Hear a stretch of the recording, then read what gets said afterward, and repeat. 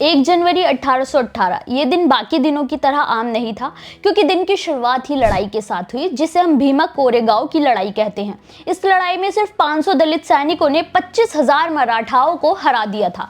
इस लड़ाई की जड़ें ब्राह्मणवादी पेशवा शासन के अत्याचारों में हैं। दरअसल 18वीं सदी के अंत और 19वीं सदी की शुरुआत में पुणे में महार लोग जानवरों से भी बदतर जिंदगी जीने को मजबूर थे। उन्हें सड़कों पर चलने की अनुमति नहीं थी, गांव के बाहर रहना पड़ता था, पहचान के लिए काला धागा पहनना पड़ता था, रोजगार के नाम पर अपमानजनक काम मिलते थे, गले में मिट्टी का बर्तन लटकाना पड़ता था ताकि थूक जमीन पर न गिर सके, जिससे कोई हिंदू अपवित्र न हो जाए। मंदिरों में प्रवेश वर्जित था। ये नियम महाड़ों को सामाजिक रूप से अलग थलग रखने के लिए थे।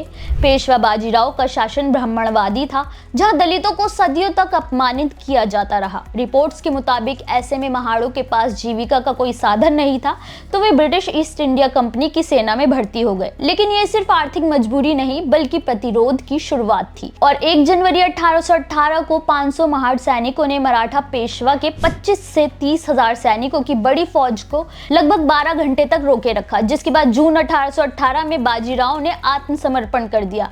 पेशवा सेना के सैनिक लड़ाई को अपनी ड्यूटी और मजदूरी के रूप में लड़ रहे थे, लेकिन महार योद्धाओं के लिए ये एक व्यक्तिगत प्रतिशोध था। बहुजन आंदोलन में ये दिन खास है, क्योंकि ये दिखाता है कि दलित इतिहास ब्रिटिश साम्राज्यवाद के बावजूद जाति दमन के खिलाफ प्रतिरोध का प्रतीक है।